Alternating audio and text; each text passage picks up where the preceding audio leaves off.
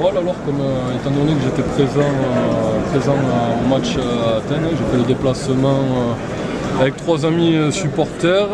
Tous les supporters donc, de Montpellier, pour vous relater un petit peu les faits, votre prénom Dario, D-A-R-I-O.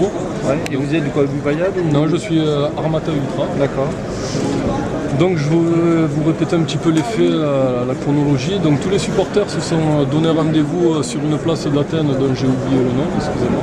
Ouais, c'est ce qui est marqué sur le... Donc c'était bien Sigrofix. Donc c'était une place qui était bien à l'écart des manifestations du jour. Il faut savoir qu'il y avait des manifestations quasi quotidiennes à Athènes. Donc ce lieu de rendez-vous il a été déterminé avec les agents de la préfecture de l'Hérault qui étaient présents dans la capitale grecque. Donc tout le monde a convergé vers la place à partir entre 15h et 16h.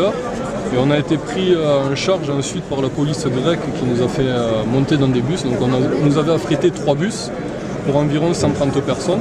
Donc tout le monde est monté dans les bus, sans heurts, sans provocation, sans rien d'autre que des gens qui étaient festifs parce qu'ils allaient encourager leur équipe en Grèce, dans un stade qui est quand même, pour beaucoup d'entre nous, un stade qui est en termes d'ambiance est le top de ce qui se fait en Europe. Donc arrivé au stade, on a été accueillis tout à fait normalement. Bon, les policiers à l'entrée du parking. On est descendu par groupe de 5, on a été fouillés. Bon, de manière, moi je veux dire, les policiers qui m'ont fouillé, ils ont été tout à fait cordiaux avec moi, il n'y a eu aucun souci. Donc moi après, une fois que j'ai été fouillé, que j'ai donné mon billet, j'ai pu accéder au stade normalement. Et donc les derniers supporters étaient en train de rentrer. Quand 4 jeunes de Montpellier se sont mis sur un muret qui surplombait les derniers supporters pour voir leurs amis rentrer.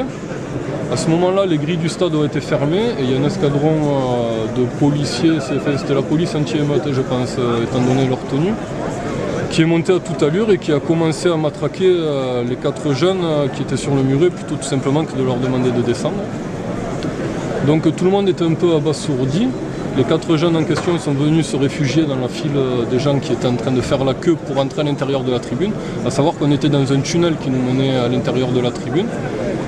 Donc nous, les 4 jeunes, on les a récupérés, ils étaient complètement apeurés et à ce moment-là, on s'est dit, bon, ce qui se passe c'est inadmissible, mais ça va en rester là.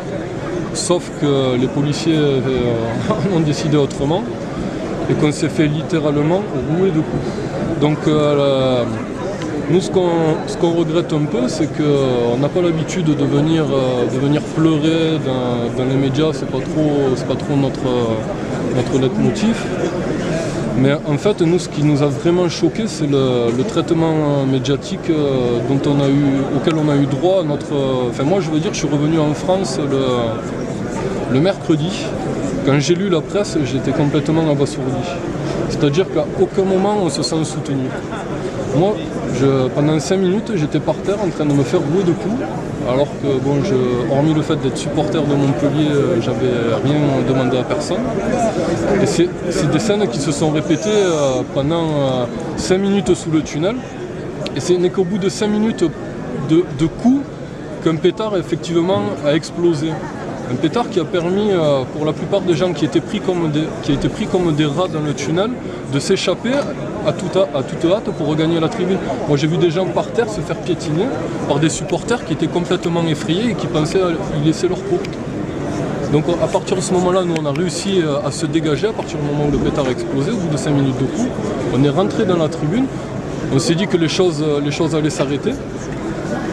La police anti-émeute nous a encerclés et a commencé à s'avancer en tenaille en matraquant tout ce qui passait à leur portée. Alors il y a des femmes qui ont été légèrement matraquées, il y a des gens qui ont été de nouveau passés à tabac par terre, il y a une personne qui a eu un traumatisme crânien, il y a eu un bras cassé, il y a eu des entorses, il y a eu des gens qui ont le dos plein d'échymoses. Donc nous on savait très bien où on mettait les pieds parce que la police grecque n'en est pas à son coup d'essai au stade Olympiakos.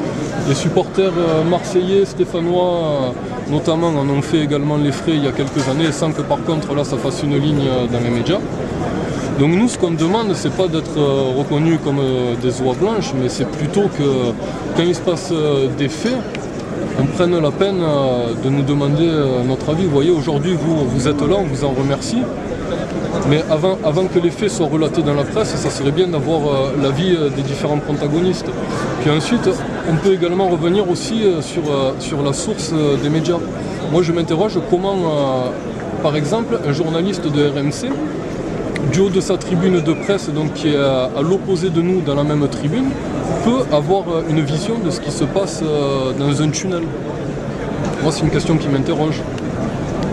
Donc à partir du moment, nous on ne va pas se cacher qu'effectivement pendant le match il y a eu des fumigènes qui ont été allumés en tribune mais qui, contrairement à ce qui a été écrit également, n'ont jamais été jetés sur la pelouse. Ils ont simplement été allumés en tribune dans un but festif. Au moment des faits, il y a effectivement un pétard qui a explosé, mais ça faisait 5 minutes qu'on était en train de se faire matraquer. Donc moi je pense qu'on est des citoyens comme les autres et qu'on a droit au même traitement médiatique comme les autres.